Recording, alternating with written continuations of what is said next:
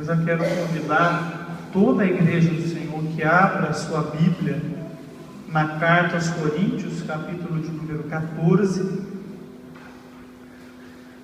Nós já estamos na reta final do nosso estudo e hoje nós vamos estar começando o capítulo de número 14, onde nós vamos concluir o assunto de dons espirituais.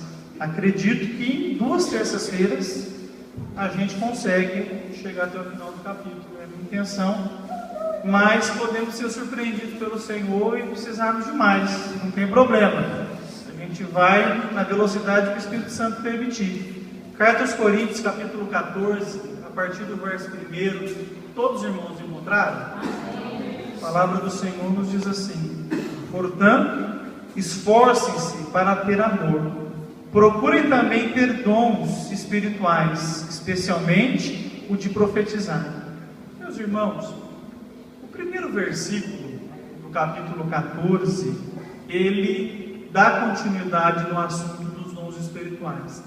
Nós aprendemos no capítulo 12 que o Espírito Santo manifesta a sua presença na igreja e através da igreja, em cada membro do corpo individualmente, através dos dons do Espírito Santo. Nós aprendemos no capítulo de número 13 que o caminho mais seguro para que a igreja seja sadia nos dons espirituais é ela cultivando o amor mútuo entre os irmãos. Os dons são manifestações da graça, são capacitações para nós servirmos a igreja nas suas necessidades, e o serviço ele é melhor realizado pelo amor. Então, se nós quisermos ser abundantes nos dons espirituais, nós precisamos ter uma vida de amor, de compaixão. Quando nós chegamos no capítulo 14, Paulo vai começar a tentar normatizar as manifestações espirituais. E é interessante que no versículo 1, ele mantém o amor como um tema em evidência.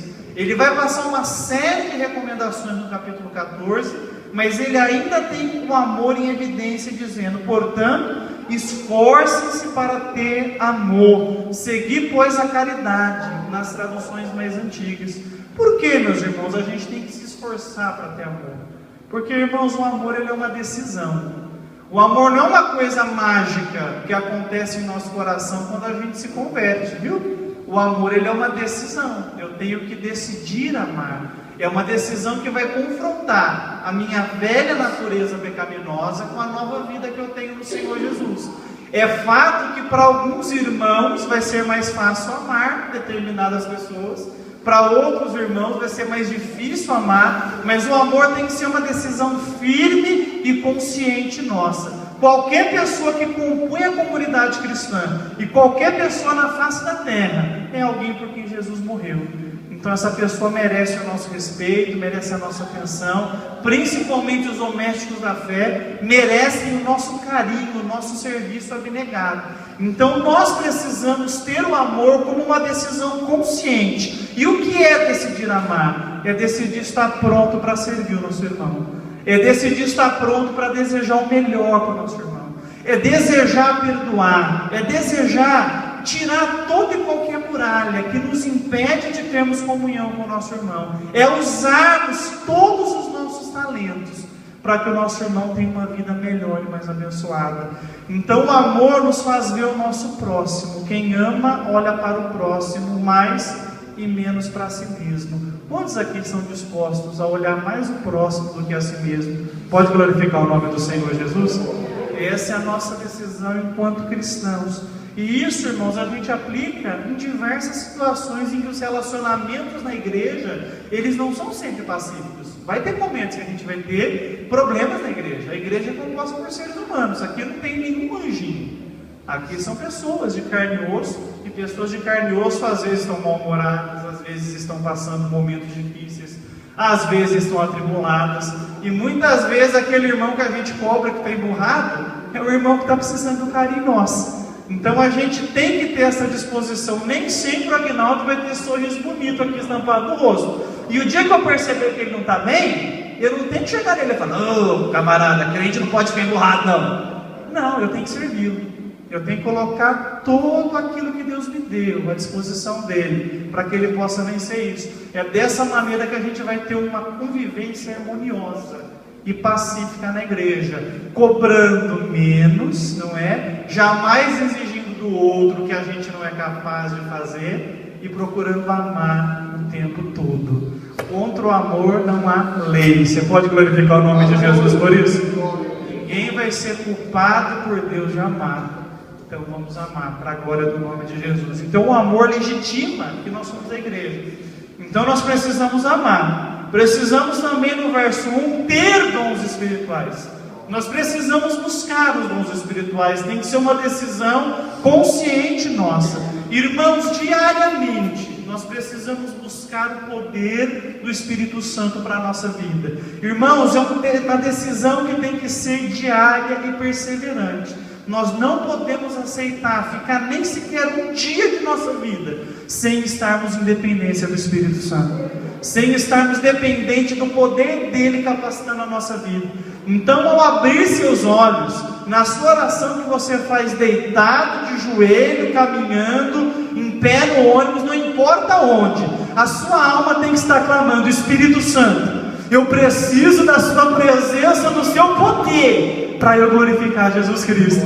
E se o Senhor quiser me usar, eu quero ser usado pelo Senhor, tudo para a glória de Jesus Cristo, aleluia. Então nós temos que desejar o poder do Espírito Santo. A questão, irmãos, é que nós temos vivido dias de carnalidade, dias em que a nossa decisão não é depender do Espírito Santo, mas é a decisão de ser independente, cada vez mais independente. A gente vê cada vez mais individualismo na igreja. E esse comportamento individualista, ele não beneficia o reino de forma alguma. A gente tem que pensar no coletivo sempre. E pensando no coletivo, a gente vai ficar um pouco mais sensível à necessidade que a gente tem de que Deus nos socorra, para que a gente possa viver a fé da melhor maneira possível. Aleluia. Irmão, foi Deus que te salvou. Você pode glorificar o nome de Jesus por isso? É Deus que está te salvando nesse exato momento. Você pode glorificar Deus por isso? E é Ele que um dia completará a obra de salvação na sua vida.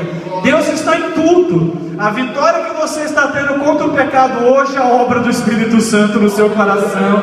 Se você for vencer o mau hábito que você está pedindo, Jesus, me liberta disso. Quando a vitória chegar, foi o Espírito Santo que operou isso na sua vida, aleluia. Mas você tem que insistir nessa busca, dizendo: Espírito Santo, eu dependo do seu poder.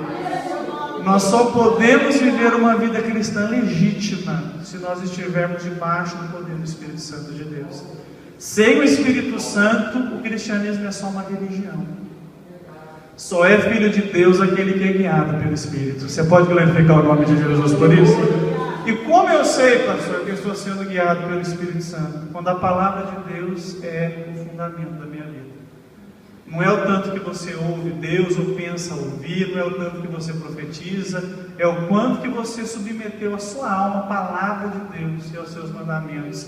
E o quanto que você tem se esforçado para, em tudo na sua vida, glorificar o nome de Jesus Cristo. Se esse tem sido o seu lema, você está sendo guiado pelo Espírito Santo, mesmo que você não ouça nada, não veja nada, não tenha visão nenhuma. Agora, se você tem visão, se você diz ouvir Deus, se você diz falar em nome de Deus, mas a sua vida é um fracasso em termos de relacionamento, de comunhão com os irmãos, de respeito pelo próximo, provavelmente você pensa que está sendo guiado por Deus, mas você continua sendo guiado por você mesmo. O nosso alvo tem que ser obedecer de forma completa a palavra do Senhor. Amém, meus irmãos? Então temos que nos esforçar para ter os dons espirituais, especialmente o de profetizar. Irmãos, eu expliquei para vocês que não existe um dom melhor do que o outro, de forma alguma. Todos os dons são necessários, todos os dons cumprem o seu propósito. Mas Paulo está falando para uma igreja que superestimava o dom de línguas. Os coríntios veneravam o dom de línguas estranhas. E isso não é muito diferente do que nós vemos em boa parte das igrejas pentecostais hoje. O que é um culto abençoado para a gente? É o culto em que todo mundo falou língua estranha, não é? Se a gente viu um domingo à noite e ninguém falou em línguas, a gente volta para casa triste.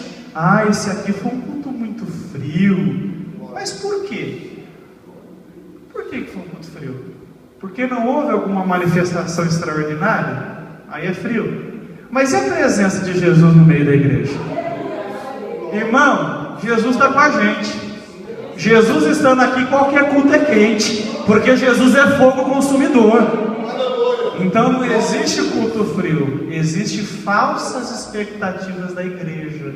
Eu já participei de muito culto quente, que você pergunta para o irmão: o que foi pregado lá? Não sei, mas foi uma benção. Mas que você... olha que foi a leitura oficial. Não sei, mas meu pastor estava ungido, falou ele no culto inteiro. Então, esse culto cumpriu o propósito? Então, a gente comete esse erro. É importante falar em línguas e nós não proibimos. A Bíblia manda não proibir. Eu quero que nos cultos os irmãos tenham total liberdade para sentir Deus e expressar sua adoração da maneira mais livre possível, desde que seja para a glória de Jesus Cristo. Mas não vamos confundir alhos com bugalhos.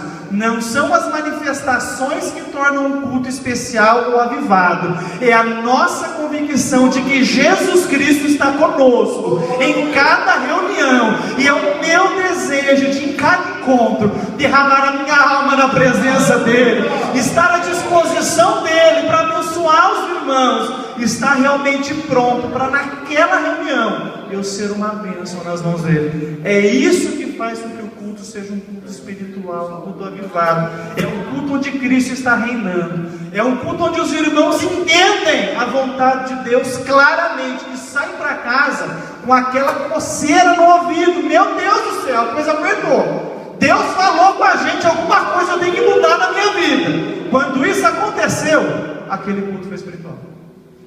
Agora, quando você, maravilha, Deus te abençoe, pode deixar a chave da vitória aí, meu irmão, Deus é fiel.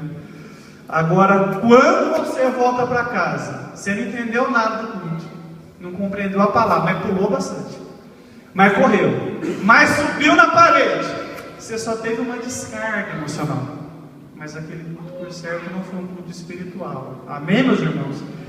Então, para essa igreja que superestimava as línguas, Paulo diz: vocês busquem principalmente profetizar.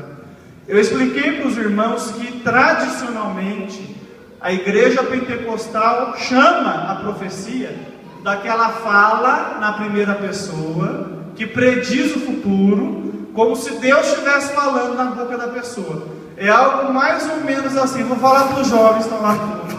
Eis que digo para vocês: desencosta a cabeça da parede, acorda em nome do Senhor Jesus Cristo. Deus é fiel. Então a gente pensa que a profecia é um negócio assim. Não é só isso. A profecia pode acontecer dessa forma, mas muito mais do que isso, a profecia é uma proclamação inspirada da palavra de Deus e da vontade de Deus. Então muitas vezes está o pastor pregando aqui, ou qualquer um dos irmãos pregando, e é naquele instante ele é inspirado pelo Espírito Santo para falar algo. Quando você escuta aquilo, seu coração ferve, você fala: foi para mim. Eu sei que essa palavra foi para mim, mexeu comigo. Foi uma profecia. E às vezes não teve o sapateadinho clássico, não teve a fala na primeira pessoa e nem teve a assinatura de língua estranha no final. Então a profecia não está limitada só a essa forma de predição de futuro. Quando a verdade de Deus é proclamada no impulso espontâneo do Espírito Santo, aconteceu a profecia. Irmãos, eu tenho pregadores aqui hoje. Pelo amor do bom Jesus, não digam: eu profetizo sobre a sua vida, meu irmão. Essa linguagem não é bíblica, não é neotestamentária, nunca foi usada por Jesus, nunca foi usada por apóstolo nenhum. E os crentes estão fazendo. Você tem dimensão do que você está dizendo quando você fala: eu profetizo sobre a sua vida? Se eu falar aqui, por exemplo, eu profetizo a cura sobre a sua vida nessa noite. Se um doente da igreja não for curado, eu usei o nome de Deus em vão, porque eu disse que a minha fala era profecia. Então cuidado com isso, está virando moda agora. Olha, irmão, profetizo sobre a sua vida. Cuidado. Irmão, quem tem Jesus não tem assinatura não, irmãos. Nem de jargão, nem de palavra específica. Se Deus falar para mim que está curando alguém, eu vou olhar: irmão, você está sendo curado agora. Agora, quando a pessoa não sabe que Deus está acontecendo, ela profetiza. Porque dela joga para o alto, ninguém vai saber se alguém foi curado ou não, e ela passa para o espiritual. Então não use isso. Fala para o seu irmão, esse negócio de profetismo não está na Bíblia não. Diga para ele. Cuidado com isso. Cuidado com isso. No começo da minha fé não tinha isso. Mas a gente falava que Jesus salvava e Ele salvava todo mundo. A gente falava que Ele curava, e quando pregava sobre cura, tinha doente curado na igreja. A gente falava que Ele batizava no Espírito Santo, e nós víamos isso acontecendo todos. Agora hoje a gente profetiza, a gente determina, a gente declara, não acontece nada. Então eu prefiro voltar para a simplicidade do Evangelho. Jesus é o dono da igreja. E o que Ele quiser que aconteça, vai acontecer. E eu aqui vou dando glória para Ele. Obrigado, Jesus. Glória a Deus, porque nesse mundo ninguém foi curado. Mas quando for, glória a Deus também, Jesus. O Senhor merece a minha adoração. Qualquer circunstância. Quando a gente usa esse jargão, a gente banaliza o dom da profecia, irmãos. Então temos que ter muito cuidado com isso. E às vezes o pregador é atrevido. Irmão, aqui eu vou profetizar de olho aberto. Porque às vezes quando o irmão está profetizando, no Espírito fecha o olho, irmãos. Isso é um abuso.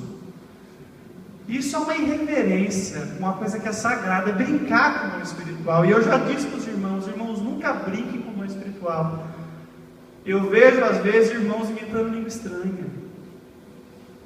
Chega naquele momento dos moleques, imita a língua, enrola a língua, irmão. Isso é uma irreverência horrível. Irmão imitador é o diabo.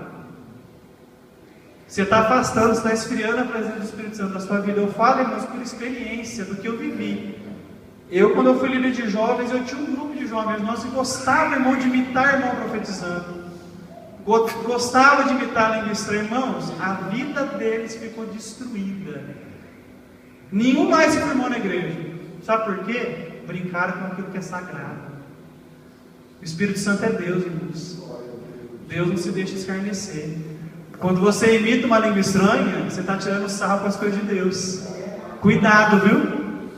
Cuidado para o Salmo 2 não se cumprir na sua vida e o próprio Deus zombar de você. Muito cuidado. A gente começa a imitar e quando acontece algo legítimo, a nossa alma não teme mais, porque a gente já banalizou. Fale para o irmão que está do seu lado, com dons espirituais a gente não brinca. Diga isso para ele. Uma coisa muito sagrada. Muito sagrada. É Deus, irmãos. É Deus agindo através da gente. Então a gente tem que temer e não brincar.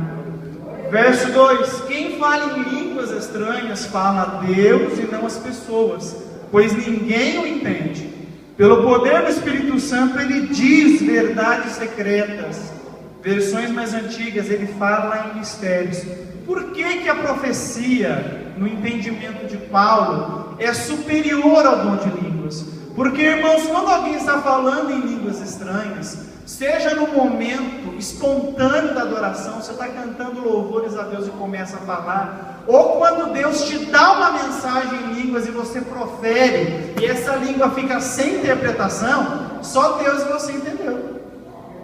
Você foi edificado, foi a compreensão que você teve, e Deus sabe o que você falou, mas para a igreja, aqui no mistério, a gente não sabe. Mas quando eu profetizo, eu trago a revelação da vontade de Deus de uma forma espontânea, é uma linguagem compreensível, toda a igreja entende, então fica compreensível, traz edificação para a igreja.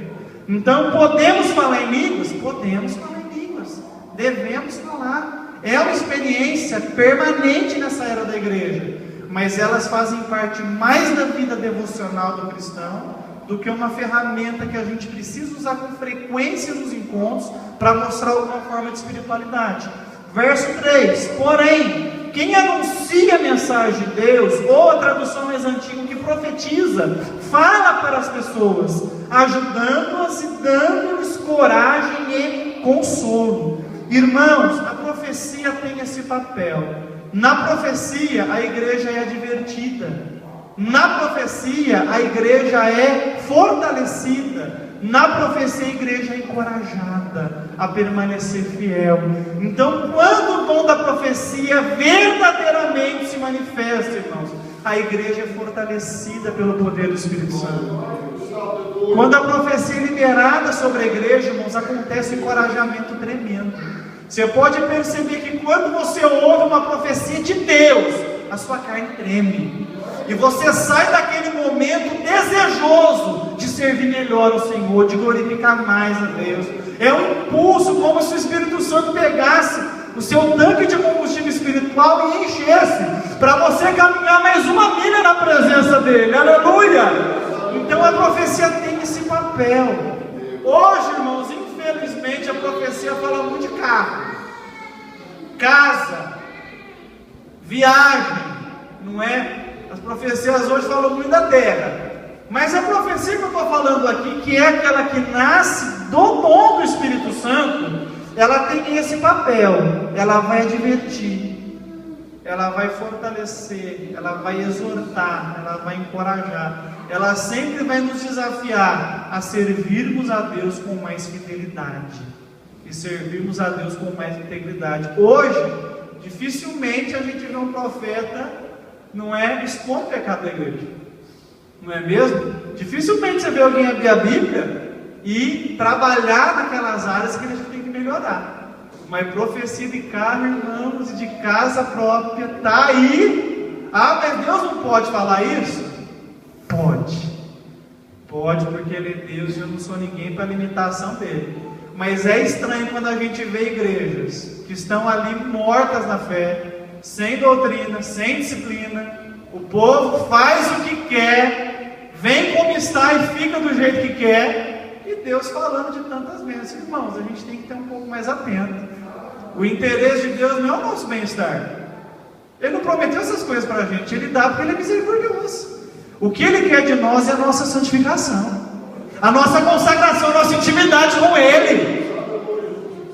Pouco importa um carro novo, uma casa nova, isso não mostra a bênção de Deus, irmão. Porque eu conheço de gente, irmão, que um carro novo virou um crente orgulhoso, que com um emprego novo parou de converter o nome de Deus, ficou mesquinho. Mas o que eu conheço de irmãozinho que ainda paga o aluguel, mas você faz qualquer coisa na igreja, pastor, está aqui a minha ajuda, aleluia. É aí que eu vejo a fidelidade e a bênção de Deus, na liberalidade, na compaixão, no amor, no comprometimento. Irmãos, vamos desmascarar essa maldita teologia da prosperidade que fez a gente acreditar que bênção é dinheiro. Não é. Bênção é comunhão com Deus, relacionamento com o Espírito Santo, é saber que na igreja alguém vai falar, assim diz o Senhor. Isso é igreja.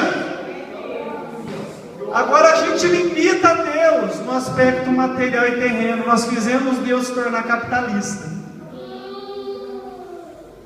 Não é complicado isso? Deus agora virou capitalista. Ele quer que você tenha um emprego melhor, que você gastar mais. Cuidado, Deus. Cuidado com esse falso evangelho que está levando muita gente para o buraco. Porque o irmãozinho passa a vida inteira e não consegue comprar casa própria e fala, meu Deus, o Senhor não está me abençoando. E se esquece que Deus perdoa os seus pecados. Lhe deu o Espírito Santo. Lhe deu promessas da palavra. Lhe prometeu um céu de glória que ele não merece. Livrou a alma dele do inferno. E a pessoa diz que não está sendo abençoada por Deus. Então, irmãos, vamos desmascarar esse falso evangelho. E vamos começar a nos concentrar no que realmente a Bíblia promete para a gente. Que os nossos pecados serão perdoados. E nós vamos ter uma vida eterna ao lado de Deus. Esse é o evangelho de Jesus Cristo. E a profecia do Espírito Santo nos encoraja por esse caminho, nos leva para essa consagração. Verso 4: quem fala em línguas estranhas edifica somente a si mesmo, mas quem profetiza a mensagem de Deus ajuda a igreja toda. Irmãos, quando uma pessoa num culto público está falando em línguas estranhas, quem está sendo edificado? Quem está sendo edificado? Somente ela. E não edifica? Não é gostoso no momento de adoração, de comunhão, a gente sentir aquele toque celestial e começar a falar numa língua que nós nunca aprendemos ela. É uma língua espontânea, a nossa alma é fortalecida. mas o meu irmão do lado não vai receber edificação. Na melhor das hipóteses, ele vai sentir aquele à vontade, né? Mas edificação de fato ele não recebe com essa língua estranha. Então, nesse ponto, as línguas cumprem o seu objetivo devocional, nos auxiliando na devoção, nos auxiliando na nossa adoração a Deus, mas elas não atingem a igreja toda, diferente da profecia.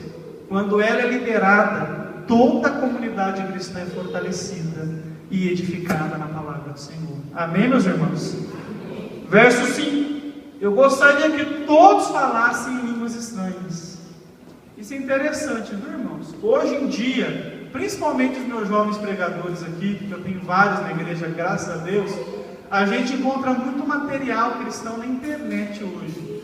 E você pode observar que há um debate acirrado sobre o dom de línguas, principalmente entre cristãos reformados, dizendo que esse dom não existe mais, que ele se encerrou na era apostólica. Irmãos, vídeos, debates tremendos. Esses dias eu tinha uma pessoa lá da Paraíba que me seguia no Facebook e eu vi ela colocando uma imagem, meus irmãos, zombando o dom de línguas, porque hoje há um debate acirrado de que esse dom perdeu a validade, não existe mais.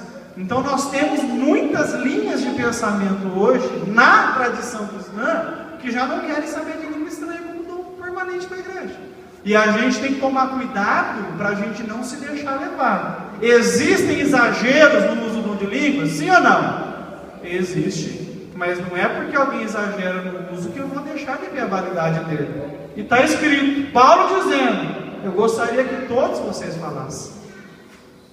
Paulo nos incentiva, esse dom cumpre um propósito importante. E é interessante que ele diz, eu gostaria que todos falassem, mas ele sabia que nem todos falariam. Irmãos, alguns irmãos nossos vão encerrar sua jornada cristã sem nunca ter tido a manifestação desse dom. E eles não são menos espirituais por isso.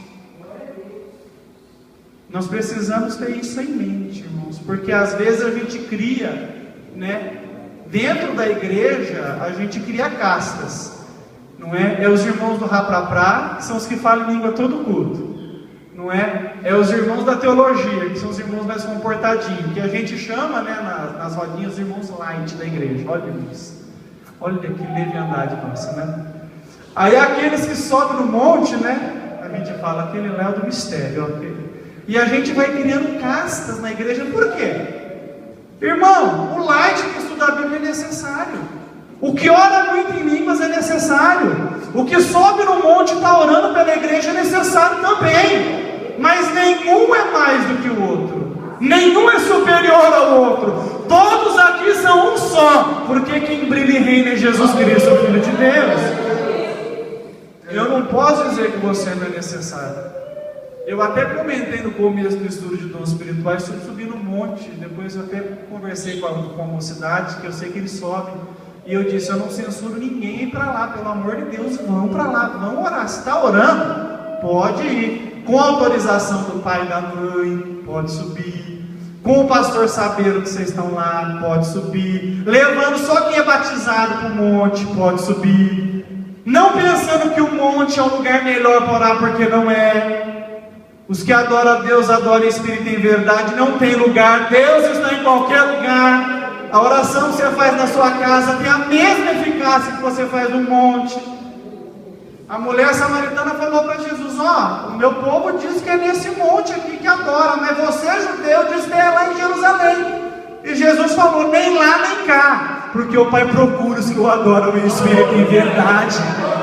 Então não tem lugar melhor, mas tem coração mais motivado. Se você sobe no monte, você é um fofoqueiro, um larápio, e ora, irmão, era melhor ter orado em casa. Agora, se você ora dentro do banheiro lá do serviço, porque o chefe é endemoniado, naquele fedor, com uniforme, a irmãzinha até de calça, porque trabalha de calça, e orou, sincero, quebrantado, ali Deus apareceu para ela. Então fala para o irmão que está do seu lado, não existe lugar para orar, existe coração que ora. Então, sem mitologia, sem superstição, não precisamos disso, o Evangelho nos libertou. Então, cada irmão é necessário. Não é menos espiritual porque nunca falou línguas estranhas. Olha, irmãos, eu posso falar para os irmãos, os cristãos mais extraordinários que eu conheci, a maior parte deles nem a graça de ter recebido o batismo do Espírito Santo teve. Mas eram cristãos extraordinários, ganhadores de almas, humildes, que não tinham boca para nada, viviam uma comunhão estreita com Deus. Pastor, o senhor está me desincentivando a buscar o batismo do Espírito Santo? Não, eu quero incentivar você para buscar. Mas se você não alcançar, você não é menos espiritual por isso. Não é. Não é, porque o que me torna espiritual é estar unido com Jesus Cristo. E eu fui unido com Ele, pelo Espírito Santo, na conversão. Então eu sou espiritual por ter Jesus, e não por ter um determinado dom em detrimento do outro. Amém, meus irmãos? Mas Paulo diz, eu gostaria que todos falassem línguas. Ele sabe a importância desse dom na vida da igreja. Mas gostaria ainda mais que tivesse o dom de profetizar. Porque quem profetiza tem mais valor do que quem fala em línguas, a não ser que esteja ali alguém que possa interpretar o que está sendo dito, para que toda a igreja seja ajudada espiritualmente. Irmãos, a gente vai entender melhor isso nos próximos versículos. E esse é um ponto em que todo pentecostal sofre quando vai conversar com o irmão tradicional. Os irmãos tradicionais gostam de perguntar o seguinte para a gente: no seu culto, mais do que 3 irmãos falam em línguas estranhas? Aí, irmãos, a gente pensa no louvor de domingo à noite. Todo mundo falou em línguas. Fala. Lá quando o fogo cai, todo mundo batizado no Espírito Santo fala. Ah, mas a Bíblia fala 2, no máximo 3. Então a sua igreja está errada. Ô, irmãos, que infantilidade, por não entender o que Paulo está dizendo. Existem 2 formas de falar em línguas que estão bem claras aqui. A primeira é a língua que eu falo no momento devocional. É aquele momento que eu vejo os jovens, as irmãs estão cantando, e uma irmãzinha está alegre lá e está falando em línguas. É aquele momento de adoração dela. Essa é uma manifestação espontânea de adoração, de valor devocional. Esse tipo de língua os irmãos podem falar todos ao mesmo tempo. Foi o que aconteceu no Pentecoste. Quando o Espírito Santo foi derramado, os 120 falaram línguas. E vai falar para alguém que aquele culto não foi um culto espiritual. Aí todo mundo falou. Só que quando a multidão se aproximou, o Espírito Santo, que é ordeiro, levantou a voz de um só, que foi Pedro para pregar. Aí Pedro falou, virou bagunça. Então existe a língua que eu falo no momento de adoração, e existe a situação em que um irmão se dirige à igreja falando em línguas. Antigamente isso era mais comum de acontecer, hoje eu não vejo mais. Às vezes o irmão levanta falando em línguas, vem aqui na frente, você já deve ter visto isso. Pede o microfone para o pastor e começa a falar em língua. Fala em língua, fala em língua. Os irmãos ficam naquela ansiedade, vai profetizar, vai sair uma profecia, vai, e às vezes não sai nada. O irmão fala em língua, fala, e volta sendo. É esse caso que Paulo normatiza. Esse tipo de comunicação em que um irmão fala em língua desconhecida para toda a igreja, tem que acontecer no culto 2, no máximo 3. Porque senão a gente não consegue manter o culto ordeiro. Então esse é o caso. E quando esse dom se manifesta, a Bíblia nos incentiva para que os intérpretes se manifestem também.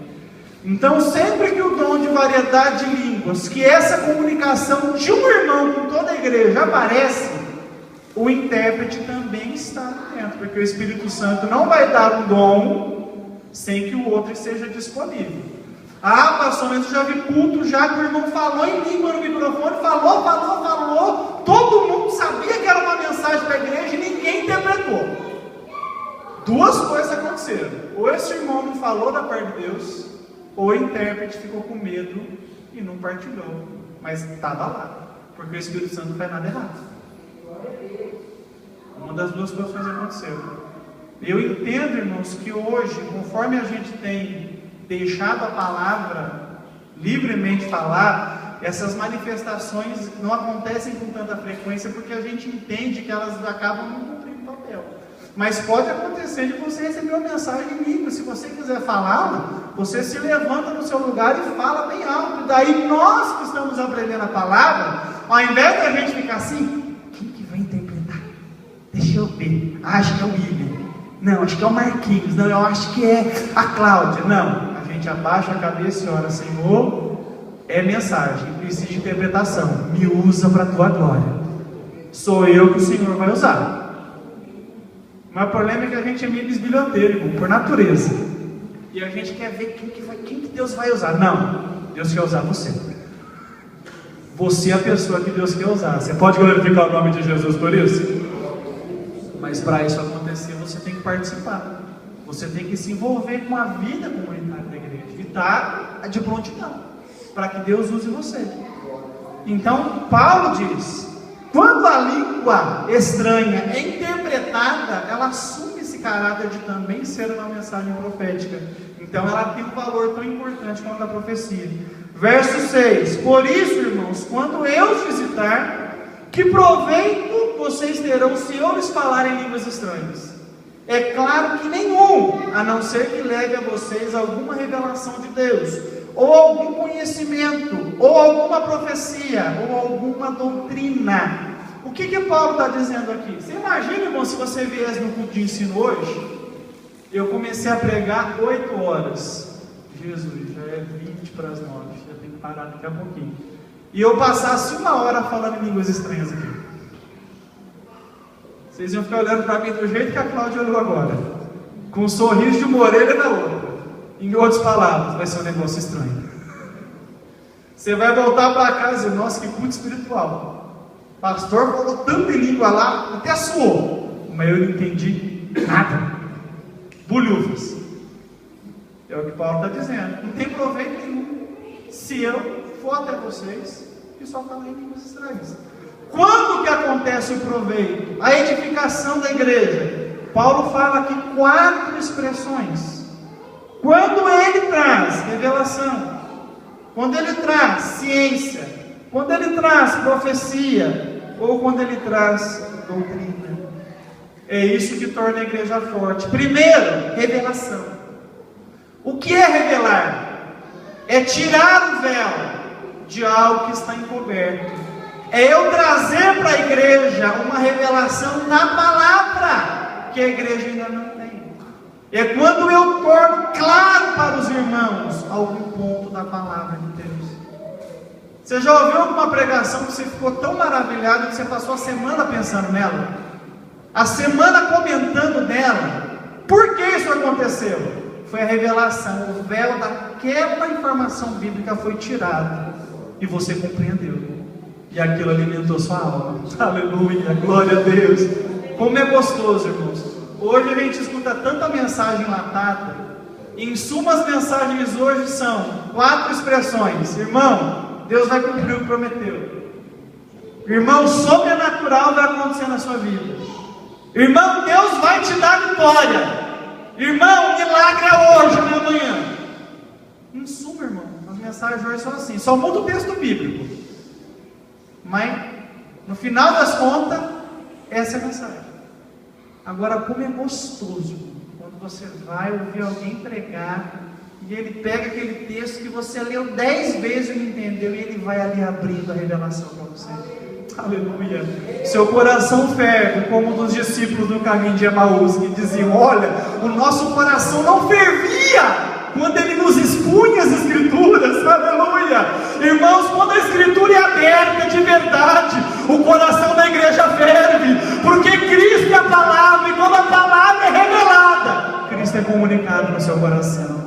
Aleluia, glória a Deus. Então a revelação edifica a igreja. A ciência também. A ciência aqui, para a maior parte dos comentaristas bíblicos, é a revelação aplicada. A partir do momento que nós aprendemos algo novo nas Escrituras, como que eu posso aplicar esse conhecimento na minha vida? É aquela mensagem que você escuta que você volta para casa coçando a cabeça: meu Deus do céu, tem que melhorar muito. Aleluia. Então você começa a se avaliar e a ponderar: meu Deus, eu tenho que falar menos. Meu Deus, eu tenho que orar mais. Meu Deus, eu tenho que ler mais a Bíblia. Você vai aplicando aquele conhecimento na sua vida, e isso vai mudando você, mudando os seus valores, mudando as suas perspectivas, mudando as suas percepções, mudando o seu comportamento. Então, o conhecimento de uma revelação aplicada na sua vida edifica a igreja. Irmãos, se a gente praticasse o que a gente aprende aqui semana após semana, a gente não teria quase nenhum problema na igreja. 99% dos casos que a gente trata no gabinete são coisas que a gente já pregou para a igreja. São ensinamentos que a gente já deu. Aí quando a pessoa vai aprontar, eu não devo satisfação para pastor nenhuma, a vida é minha. Aí se quebra e vai pedir ajuda do pastor. Então, para se quebrar não tem satisfação, mas para cuidar do pastor tem que ficar sabendo. É um mundo complicado esse que a gente vive, não é mesmo? Mas pratica a palavra de Deus, irmão. Você vai ver a mudança na sua vida. Você vai ver mudança radical. Acontece também edificação, proveito quando a profecia na igreja, quando a palavra é proclamada na autoridade do Espírito Santo. Quando a gente consegue expor na palavra, ser como aqueles profetas antigos que diziam assim: diz o Senhor. A palavra que a gente está pregando é a vontade de Deus para a igreja. Aleluia. Irmãos, às vezes Deus nos surpreende tanto. Às vezes a gente está em algum momento no trabalho, naquele agito, e de repente a gente sente o Espírito Santo inspirando a Bíblia no nosso coração. Aleluia. Hoje eu estava indo para o serviço de manhã, irmãos, lá para o instituto, e num carro, eu parei no semáforo, irmãos, e eu comecei a ouvir o Espírito Santo falando dentro de mim, mensagem, irmãos. Eu fiquei maravilhado, e eu ouvi aquela voz dizendo: Cristo oferece uma salvação perfeita, é o perfeito Redentor, é uma salvação verdadeira, é uma obra completa. Irmãos, aquilo foi fervendo no meu coração, eu lembrando versículos da palavra. Eu já sei, em algum momento eu vou pregar isso para a igreja. Deus está falando para mim o que Ele quer que a igreja ouça. Aleluia. Isso, meus irmãos, é o que nós precisamos, irmãos. Precisamos depender cada vez menos da criatividade desses palestrantes evangélicos que estão por aí, que são criativos quando pregam, mas não estão falando a vontade de Deus. E começar a ouvir o céu de novo. Aleluia. Aleluia. Aleluia. Que saudade que eu tenho, irmãos, do tempo que os nossos pastores às vezes não tiveram muita oportunidade para estudar, porque antigamente não dava. Mas quando eles abriam a Bíblia, irmãos, meu Pai do céu, a gente tinha certeza que Deus estava falando, irmãos. Agora hoje a gente vê, a gente tendo até mais recursos do que eles tinham, mas falta em nós aquela autoridade espiritual, porque a gente está tão envenenado, irmãos, por tanta bobeira que está sendo falada em nome de Deus, que quando a gente prega é simplesmente uma mensagem de autoajuda. E a gente precisa de menos autoajuda, irmãos. A gente precisa de ajuda do alto, de comunhão com Deus, de falar aquilo que Deus quer realmente falar para a igreja. Você pode glorificar o nome do Senhor por isso? Então busca isso, meus irmãos. E também quando a doutrina. A igreja edificada quando a doutrina. Quem gosta de doutrina aqui, meus irmãos? Antigamente a gente chamava o culto de Deus de culto de doutrina. Agora a gente chama de culto de ensino, né? Porque essa palavra doutrina, né? O povo tem meio que medo, né? Porque a gente pensa que doutrina é cor de cabelo, não é? Doutrina é sair arrastando, não é? Doutrina é não usar maquiagem. Não, irmão, são costumes. São costumes da Assembleia de Deus. É louvável quando os nossos irmãos observam, na medida do possível, sem que ninguém seja forçado. Porque fazer forçado é a pior coisa que existe, irmãos. Então a pessoa foi entendendo que aquilo ajuda e ela foi absorvendo. Glória a Deus por isso. Enquanto a gente puder manter, nós vamos manter, porque isso glorifica a Deus. Agora, o que é doutrina? É o conjunto, meus irmãos, de todas as tradições cristãs, de tudo aquilo que a Bíblia fala sobre Deus e seu plano de salvar a humanidade, e aquilo que mostra a nossa esperança cristã. Por que estamos aqui? O que estamos fazendo aqui? O que Deus nos promete? Isso é doutrina. E a doutrina tem que ser trazida para a igreja, irmãos, com frequência. Porque senão a igreja fica sem direção, fica sem perspectiva. A gente vem aqui para buscar a bênção. Eu não estou aqui para buscar a bênção. Eu estou aqui porque eu sou abençoado. Aleluia. Eu não estou aqui para receber milagre. O maior milagre ele já fez em mim. Ele me perdoou, ele me salvou. Eu estou aqui para servi-lo com todas as minhas forças. E daí, pastor? Vai acontecer o que ele quiser. A minha vida está na mão dele. Aleluia.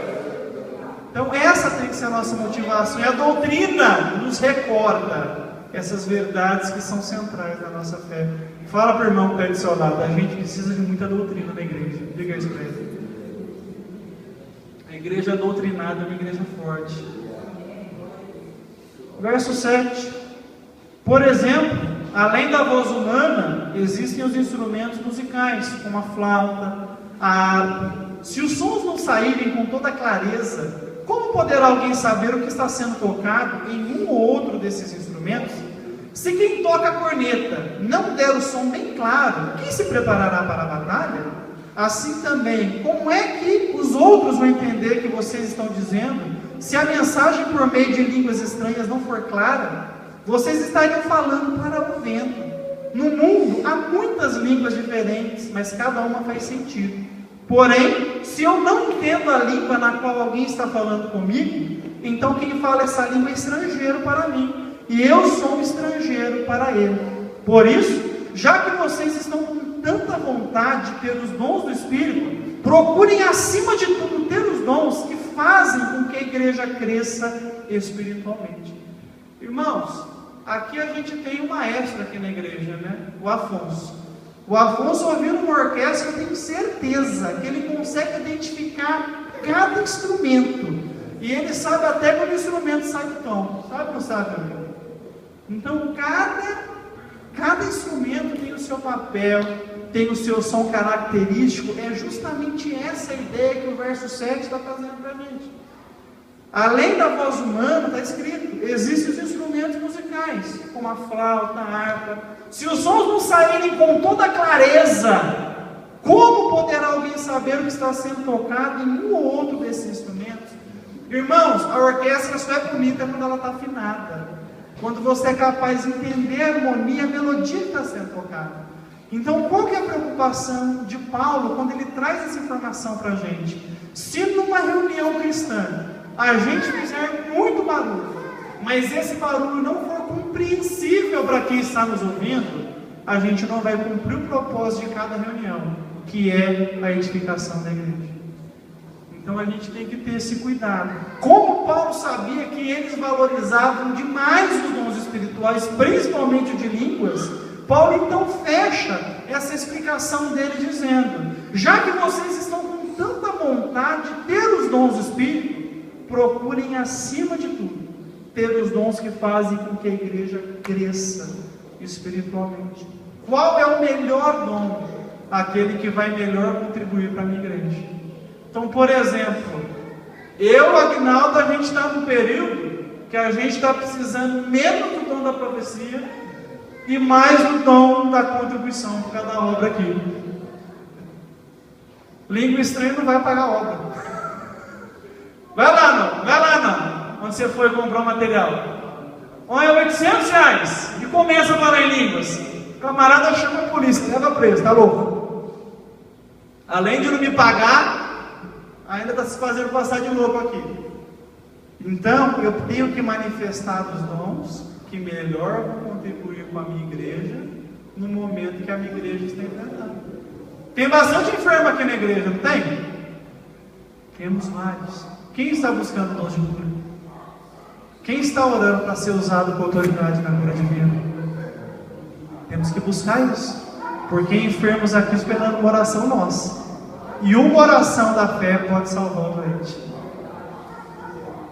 Então, qual que é o dom importante? Aquele que contribuirá com a missão que a minha igreja está desempenhando. Então, você quer fazer uma coisa bem espiritual? No final do culto, procura Aguinaldo e oferece uma ajuda financeira para essa obra aqui.